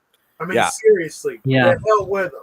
They don't got any money anyway. I'm sorry, I'm raging here, but this is part of my gig. This is part of this kind of stuff I do for a living. The hell with these people. If they're not going to sit down and watch my 30-minute sitcom, if they're not going to watch my show, they're not going to do any of the films or whatever. No. Fuck these people. I'm tired. I don't want to deal with them. No. I don't want to make anything for them. I don't want to spend any time chasing them. Give me old heads like Iron and Tom and some of you guys on the panel. You got the elderly. Us. That's what I'm saying. Whatever. Hey, I'm not in retirement yet. But you got money, Vagabond, and I want some of it. So I'm not interested in messing around with a bunch of mentally ill children that are not going to support me anyway. So fuck them. Well, it's weird because they won't watch a 2-hour movie but they'll watch like a 7-hour live stream where Mr. Beast psychologically tortures a bunch of impoverished people so that they can afford to live inside in contemporary America. I'll watch that for like 7 hours straight and not even take a break. But for some reason, the 2-hour movie is just a format they can't get into. Thank God I'll be dead soon. I do have a question for Tom. Like, I'm curious as to what your favorite genre is. Like, if you could go back in time, whether it be movies or TV, what is your favorite genre as far as was it the 70s? Obviously, I know you love the 80s. But like 80s TV shows. Selena, you're roboting. Oh, you're roboting a little bit. Maybe pull your mic closer. I don't know. Can you hear me now? Yeah, that's better. Oh, much better. Dang, I'm so sorry. No, I don't know if you heard me correctly. My microphone. I apologize. What's your favorite genre? I know you love the 80s. But I noticed you post a lot of vintage posters and stuff. Like, what if you could go back in time? What's your favorite? What would you want to go back in theaters and be like, hey, I would love to be back in that time and watch these movies. What would you? Oh wow. I mean, the 80s is obviously the easy answer. But But I mean, I'm sure I would love to have been able to see the reaction to certain things like Psycho or Jaws or Planet of the Apes. You know, when the first time an audience got to see it. Yeah. Even Star Wars, obviously. Mhm. Any of those would be great. But as far as like, I guess a better answer to your question, or another way to answer it, is like one of my personal favorite genres or subgenres, or like a guilty pleasure, has always kind of been monster movies. Like, love rubber monster movies. Everything from King Kong to Gremlins to, you know, anything that has some sort of creature in it, I usually will have a soft spot for. So yeah. What did you think about Godzilla -1? Like, as a brilliant. whole, I loved it. Yeah, it was amazing. Yeah. Such a good movie. Yeah, it was beautiful. It was beautifully shot, and it brought me back to that. You know, like, obviously better done, obviously, but it was not only a beautiful story, but they treated it like a monster movie, but it didn't focus on it. Like, it was so well done. It was amazing. I loved it. But I mean, give or take the other ones, of course. Those are actually silly, but I like them still. I still like them. Like, I mean, you know, they're not a masterpiece or anything. Am I guessing you're talking about Godzilla 0? -1. -1, or yeah. That no, that was the best movie of that year, in my opinion. 100%. But I think what the best part about it, I think probably the biggest unintended excuse me, contribution it made, is that we can now measure the production value of any Hollywood production by how many Godzilla -1s it could have made. Right. And it's kind of crazy that has American filmmaking just died, or all creativity is just vapid? We're seeing more, like, there've always been, you know, a little more originality with a lot of foreign films, but now we're seeing that a lot more rampant than we had before. I think there's definitely a greater passion just for the art of it within foreign films, with how many, and Tom, maybe you can be, I don't know if how many foreign films you've seen, because because I've been watching a lot of old Japanese films, and specifically, I'm going to try to pronounce the names, but like Tokyo Story and some of those by that director. Seven Samurai. Seven Samurai, great film. Like Rashomon, a lot of those old Japanese films. I'm watching it like, this is not a moneymaker. This is not something that's gonna. It's a samurai film, and like, it's a black and white samurai film. It's gonna have an audience, but like, this was definitely made because you wanted to do it, because you're there in the pouring rain, you're there in the mud, it's probably freezing cold, like in those kimonos and the samurai garb, like bare chested sandals. Like, it doesn't look like a fun shoot at all. It looks kind of boring, especially like Tokyo Story seems like that would be kind of a boring film to shoot, because the stationary camera, you're just sitting there, the conversation's not that great, but like, it seems like movies still are made because of the passion of it, because of the love for the story, and maybe the love for the cultural contribution it's made. So I don't know, maybe if that's kind of something that, I don't know if that's something you might agree with or might have seen too. Society. I guess you're gonna have to rephrase the question as far as like. Well, do you think? No, it's okay. I may have lost it, but do you think that foreign films are a little bit more for the cultural aspect, for the art of it, than they are for the money? Whereas here, it's the exact opposite. We make it for the money first. Not necessarily. I mean, almost most markets, they clearly make films to make money. There is some that are about, the propaganda, obviously that's built in, which, I mean, America's not immune to that. I mean, we always, I mean, what would you call the most recent bullshit we've been dealing with? Not to mention, it always has had an era of propaganda. Just before this, it was a more patriotic, pro-American propaganda, right? Like, yeah. Awesome. So in that sense, like, I think we could all agree that that's the lesser of two evils. But that being said, it's still present. So most film is made with some sort of agenda in mind. There's very, very rarely is there film or movies or shorts or any pieces that are made with just pure art in mind, as much as a lot of people like to pretend that it is. Because at the end of the day, they still want to make money off it. They still want to be able to be admired or at least acknowledged for their worth in some way, shape, or form, whether it be monetarily or through some sort of fame or notoriety. But I mean, yes, there is some pure filmmakers out there, probably still. I mean, for every one you got, I mean, there's a few, but I mean, as far as the mainstream ones, yeah, I don't know. As far as the foreign film stuff goes, as far as in the US side of things, I don't know if it'll ever become more mainstream than it already has with Korean films and anime. I think it's possibly peaked. It might grow in some more over time, but I don't know if there's much more it can grow than it already has. With the way it is, it's just, I mean, we crave Western entertainment just the same, right? Like, sure, it's great to have, you know, Chinese food every day or the same restaurant every day. Yeah. But after a while, you're like, I want something different. And eventually, you're just going to be hungry 15 minutes later. Well, yeah, that was part of the joke too, right? Like, you're hungry for something different 15 minutes later. So, but if you're stuck eating at the same place all the time, you eventually grow tired of it. Yeah, I mean, I get it, there's some super fans of certain things, but you know, I get these questions a lot about, oh, do you think Korean films or anime or this or that is going to be the next big thing? And I really wish I knew what the next big thing is, but I really don't think it's going to necessarily be those, not yet, but they could eventually.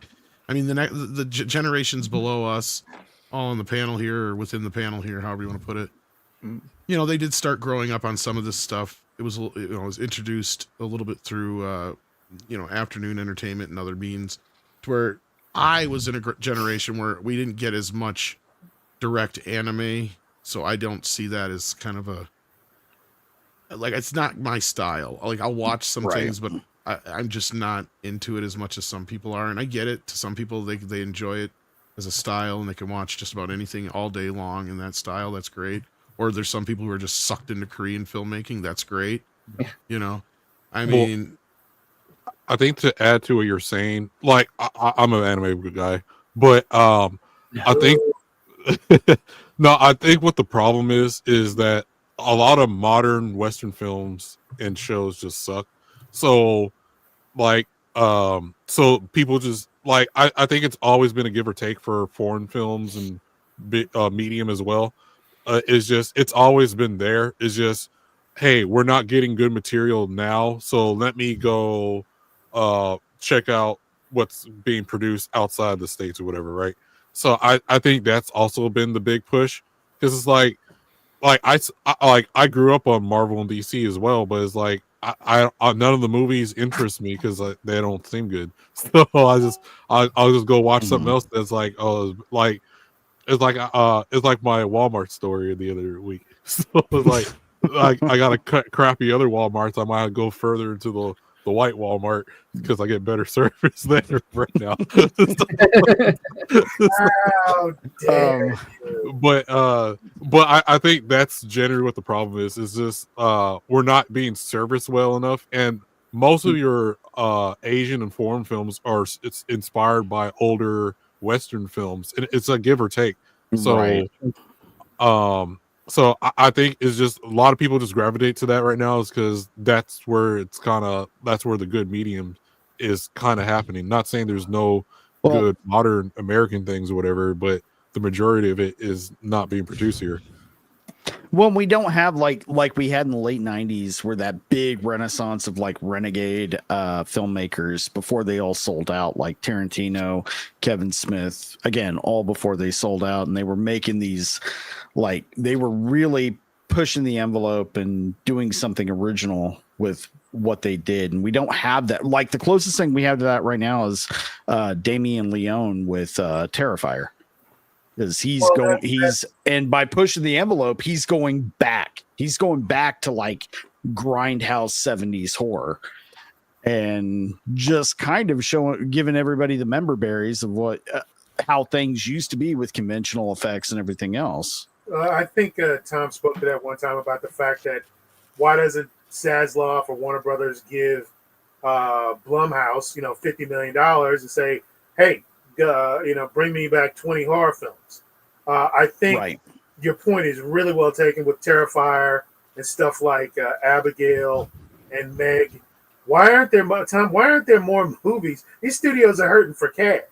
Why don't they go, here's $50 million, bring me back 12 horror films that I can generate, $50 million returns, $100 million return. Why the hell don't they do that? They used to, and there's still some, like, obviously that's kind of what Blumhouse is. And what Blumhouse will do is they'll go make a bunch of movies, and then they'll sit on them till one of their young stars is in a big movie, and then they'll throw it out there, right? Like, that's kind of a tried and true way of doing it. There's other studios that have been doing that for years. Like back in the day, New Line Cinema and Dimension were kind of built on that idea. Canon Films did similar things. They would do finance films through foreign distribution, and then that would pay for the movie. So even if it was a bomb, it would still make money and make money on video. So they would just started making too much and had it underhanded deals with them. Stuff like that. That's where shit went downhill for Canon. That's a whole nother story. But Canon's history is great. I don't know if it's possible in this day and age with the way the studio system is, but I know the streamers are also making it difficult. I mean, if you want to do it indie style, you could plausibly do it that way, but you'd have to find somebody who'd be willing to give you that kind of money, and you'd have to be like, look at what Robert Rodriguez is doing right now. He's got this new studio thing he's putting out there where it's basically fan-funded studio where you can get involved. It looks like, at least that's my understanding of it. I haven't really looked into it yet, but it is. It's a good model. But but see, somebody like him he's well known enough. So yeah, if you can get somebody behind you and get established. I mean, Critical Drinker. I mean, I think he's fan funded a fan film or a short film, not a fan film, but some stuff like that as a concept and some other things. And he's got some stuff that's now getting worked on. So like, yeah, it can be done. I think it's possible, but I think part of it's talent and just getting out there and getting well known and getting your audience built up for you as, kind of like, you're selling yourself kind of like the movie star now instead of the movie star. Right. I know you've seen Kung Fury. I have. Yep. I'm trying to remember if that's the one I saw or not. Let me look here. Love that movie. Okay, they did. It was a Kickstarter movie where. I know of it, but I've never actually seen the whole thing. I've seen clips. Of it's free on YouTube for like 30 minutes. They got enough funding to do a 30-minute movie, but now I guess they're working on a part 2. Like a full feature-length movie. Yeah.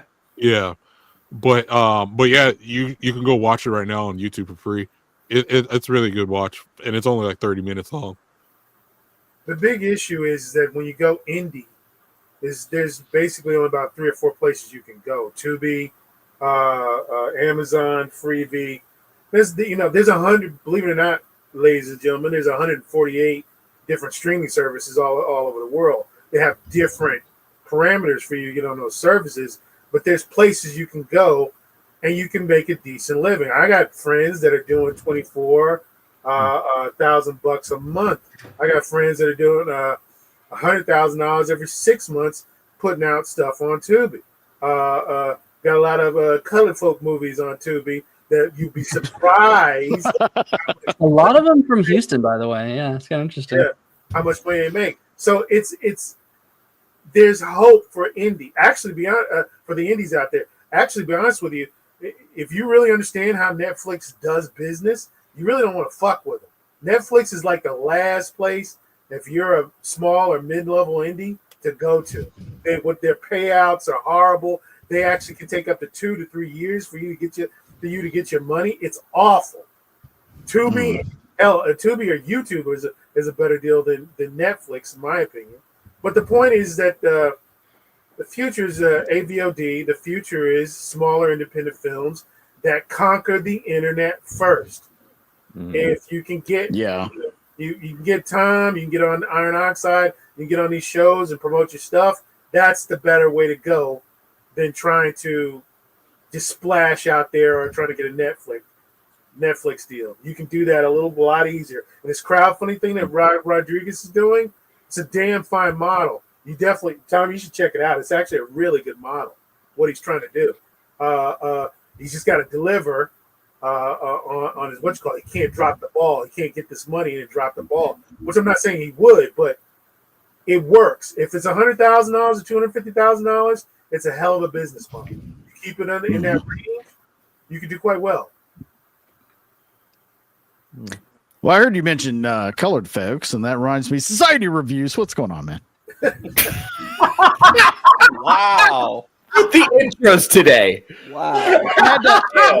God damn. There are so many friendship-ending jokes I can make right now with at least 5 people who are on the show. Motherfucker. In this group, I think we would enjoy the jokes. No, as you can see, I'm super on time for this discussion. I'm just glad that I can be here. Hey, I'm not a black woman, okay? Like, let's calm down just a little bit. Right. But yeah, no.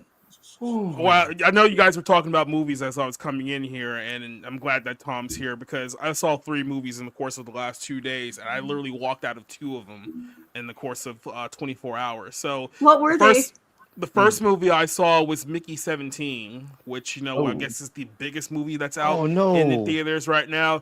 That is no, it was the first one that I walked out of. Yeah, there's no I can't even really call it a movie because there's no actual plot to the film.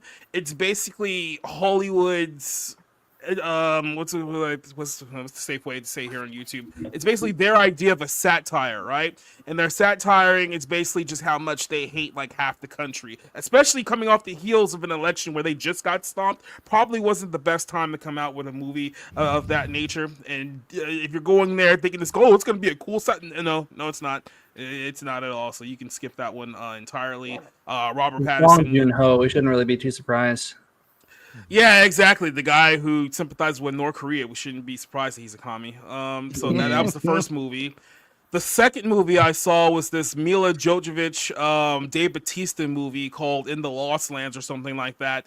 When the movie started, it literally starts with Dave Bautista walking onto the screen, giving like a minute-long monologue about what the audience is about to see. And at that moment, I said to myself legitimately, you guys got about an hour to impress me. And then the very next scene was Mila Jovovich tied up to a very horrific looking CGI background and all these like absolute goofballs looking around her. And I was like, they spent $55 million on the budget for this film. It looks like they spent $5. And at that moment I said, now you got 30 minutes. And by 29 minutes, I walked You had me at Mila Jovovich tied up.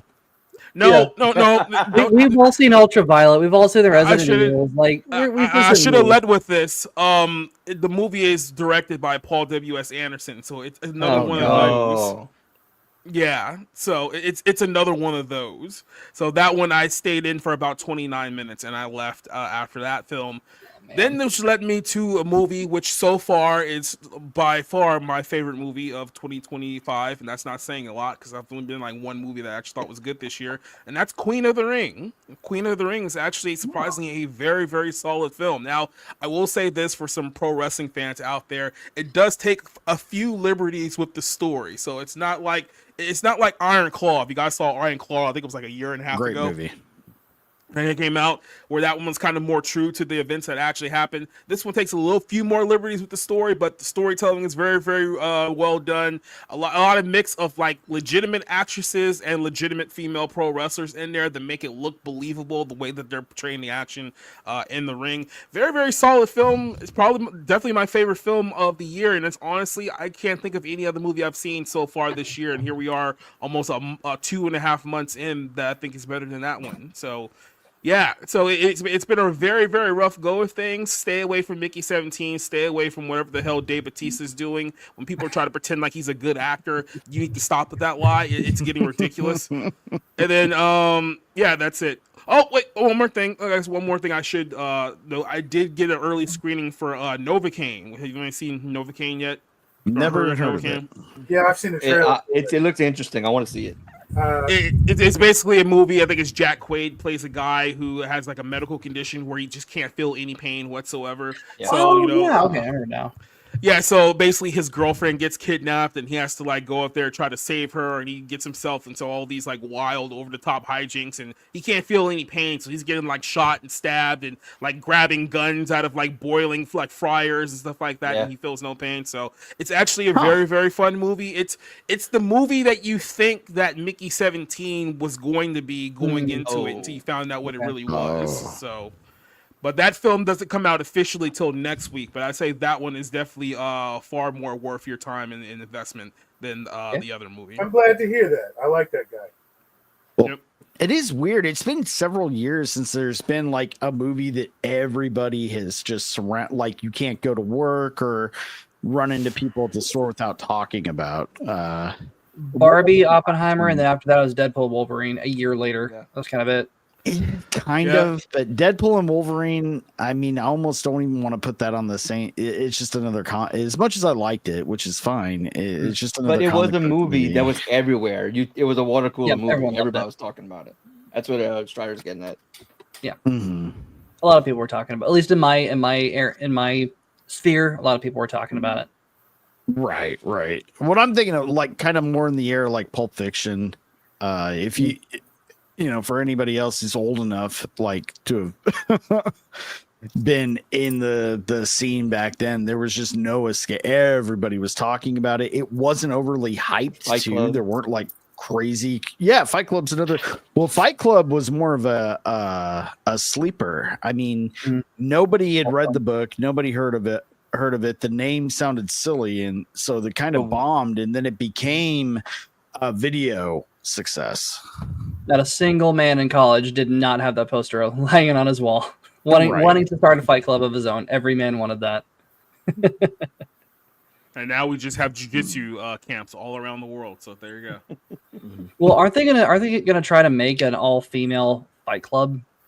Of course they will. I think they already did. I heard that rumor. Oh God! The first rule of Fight Club is we don't talk to Karen. It's so funny because, like, tell me you've completely missed the whole fucking point of that book in that movie, because I read the book. Tell me you missed the whole point of that fucking movie by having an all-female version. Nemesis-stemic. Oh my What God. is up, man? Every time I cut my nails, I think of the same thing. Every time I cut them, Right. So what would an old girls fight club be? That'd be like, hey, let's spread a rumor that Becky's fat and give her bulimia. Did you hear that Stephen is a total slut? Like, that's Fight Club. Women don't fight directly like that unless they're paid. Women don't do Fight Club. They do passive aggressive posts on social media after. Exactly. Now, I will say I'm a huge fan of watching women fight, to be honest. So if they are going to make a movie like that, I will probably see that more than once. Like, have someone who can actually kick ass in it, like Ronda Rousey or Ronda Rousey, Gina Carano. That'd be kind of fun. But no, there's no female actresses now who could actually genuinely kick anyone else's ass. Like, that's ridiculous. It'd just be out of a club of 7 women, 6 of them going to lunch and not inviting the other. The problem with making an old girl fight club is it's you're messing the entire point of the narrative of the story, which wasn't the fighting, the physical action. It was about the masculinity being destroyed by modern society and men lashing out and basically going insane because of it. That's the whole narrative behind the story. What's fucking... You know, in this day and age, what is a feminized version of Fight Club going to be? We have everything, but now what? Yeah, like what is probably one of the more iconic lines in that? We're a generation of men raised by women. You think another woman is the last thing that we would need? You would not find that in Hollywood now. They'd be like, "We need more women in everything." Like, no, that's not the point. I think here's what you guys are missing out on. It's not actually going to be women fighting in there. It's going to be men still with the wigs. Yeah, it's going to be the women turning their husbands on each other. That's what it's going to be. They're going to start sticking their husbands on each other. No, because they can start talking shit about each other and make their husbands fight. You're never going to finish your novel. I don't know. Is there any social pressure against women expressing rage? It seems like everywhere I turn, if I opened my shorts right now and started scrolling, I'd give it 6 before I hit a woman just raging out about how much she hates men or Donald Trump or men and Donald Trump. Right. Yeah. I mean, it's everywhere. I feel like I'm getting blasted in the face with feminine rage constantly, just a fire hose of it right down my gullet. It's because you don't have my algorithm on Instagram. That's right. I've seen your algorithm on Instagram. And I would not. Dude. I would actually. I'm actually. Would they rather have that than OnlyFans whores? And yeah, no, it's a dark place, man. Yeah. I live in a dark place on the internet. You live in a dark place. Period. Washington. Yeah. For real. You're like a relatively maybe center right comedian in Washington. You just keep going down rabbit holes. Yeah. Like you keep digging your grave. It's rough, man.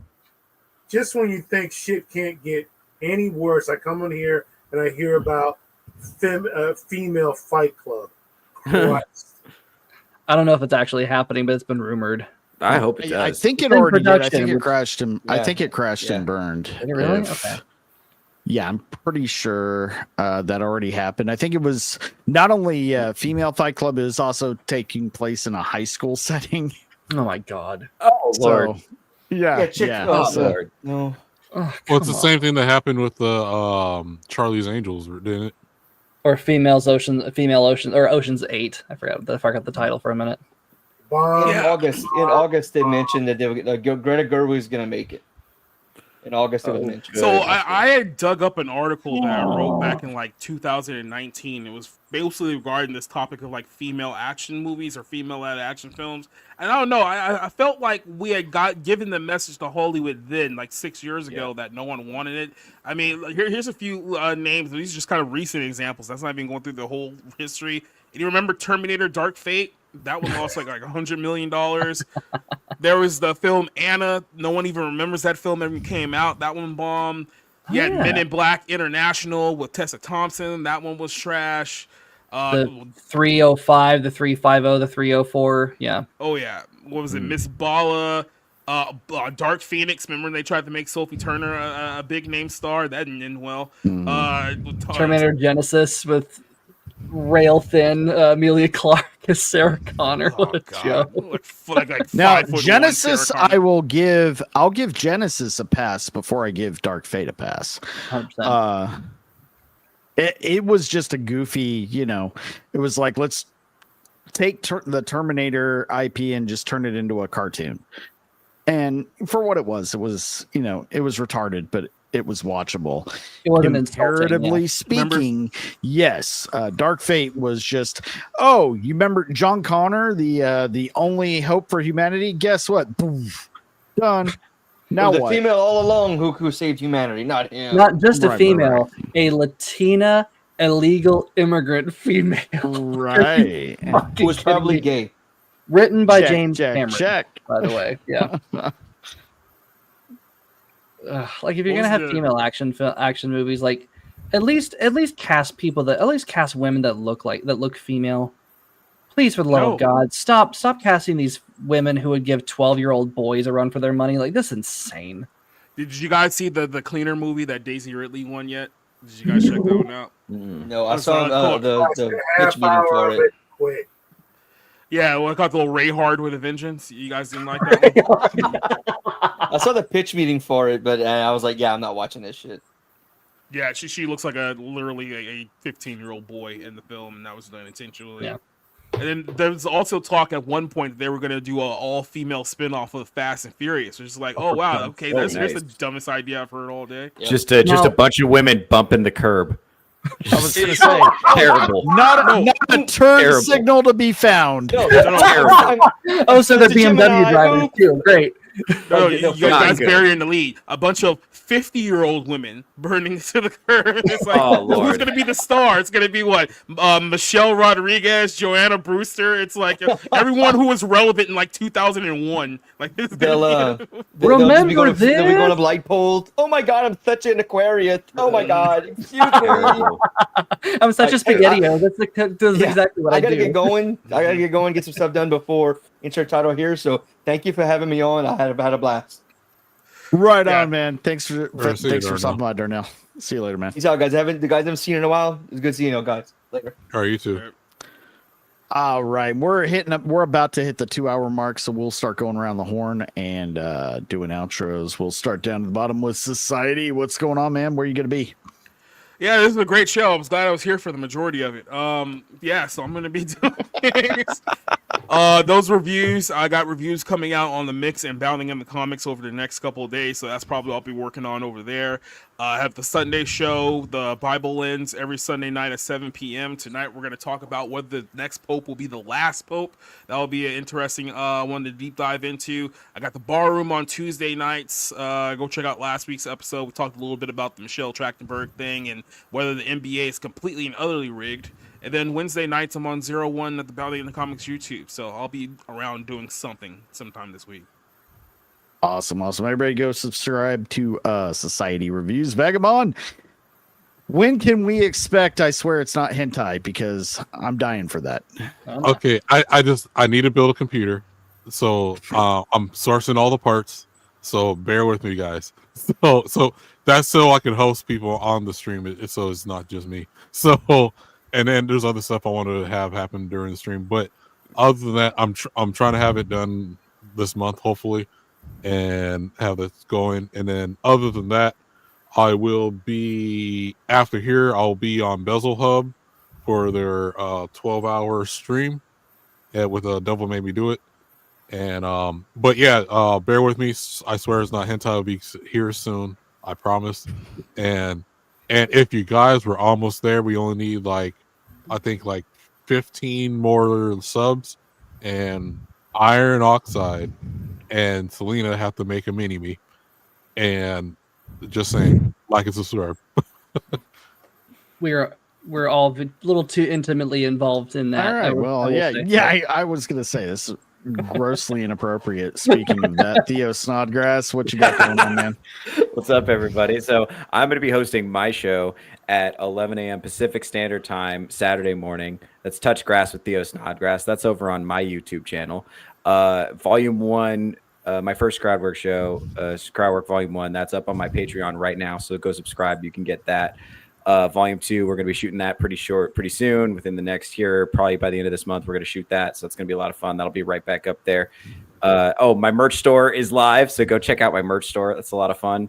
Also, I'm on Insert Title here right after this. That's every Friday at 9:30 p.m. Pacific Standard Time on Drunk Emerald Arrow's channel. Also, I'm here every Friday. This is the Rogues Gallery. It's 5:30 p.m. Pacific Standard Time on Iron Oxide's channel. So if you want to hear what I'm doing, go follow me on X, follow me on YouTube, follow me on Instagram, DM me a picture of your feet if the spirit moves you to do so. Whatever makes you happy. That's what I'm all about. Feet pics. Excellent. Mr. Burger. Ladies and gentlemen, if you haven't subscribed to the Iron Oxide channel, what the hell's wrong with you? If you're listening to me on the refeed, take a moment, hit that thumbs up, hit that like, and go ahead and subscribe to the YouTube channel so we can get this man out of the coal mines. Ladies and gentlemen, please watch the #1 trivia show on YouTube right after Flashcast, the Mr. Burger Mega Trivia Show. Watch that, enjoy. Occasionally, our boy Tom Connors sneaks into the DMs, and his surprising knowledge of both disco and 80s music is both impressive and somehow disturbing. Look, folks, you need to also subscribe and go over and check out Tom Connor's channel, Midnight's Edge After Dark. Nick Weiser, Price of Reason, and our boy Tom Connor dropping all the knowledge about music. He's great. He's wonderful. We appreciate him being here. And finally, folks, we are actually recording voiceovers for the Mr. Burger show. Iron Oxide, Tom Connors, Theo Vaughn, Theo Snodgrass are participating in that show. 30-minute sitcom. If you like Married with Children, if you like American Dad, if you like Family Guy, when all these shows were actually funny because they're not anymore, you're going to love Mr. Burger. Mr. Burger, we're doing all the politically incorrect stuff, non-woke, 30-minute sitcom coming out towards the end of the fourth quarter of this year. And finally, we're doing a live-action short film, 15 minutes, called Obsidian Protocol. More about that later. Take it away, Iron. Again, subscribe to Iron Oxide's channel and go check out Midnight's Edge After Dark. with our boy Tom Connors. Excellent. And I had a lot of fun. That was a dream come true last night. I've never done a table read and doing the voiceover work. That was incredible. So thank you so much for that opportunity, man. Strider, what you got going on, man? Sure. Well, gosh, what day is it? It's Friday. Yeah. So you can find me on Beelzebub / Dermy's deal, Ballbusters. They're doing their big old stream tonight, so I'll be stopping by there for a little bit before bedtime because I'm old. And then this Thursday, I'm going to be doing my first live stream ever, and I'm not even going to do anything fancy. Just hit live on YouTube and figure things out. I'm going to read a book. I'm going to leave that as a surprise. I think y'all will enjoy it if you like historical fiction, World War I historical fiction, and if you don't, well, then you'll learn something. It'll be fun. And then that Saturday, we're going to be doing, of course, Full Metal Nate's channel with doing Curse of Strahd with Iron and Theo. It's going to be great, and Selena's a mod, so we're gonna have a blast, and it's going to be interesting. We're in a really weird spot, so let's see how we dig ourselves out of this crisis. It's going to be good. Excellent. And our producer and my wife Selena, what you got going on?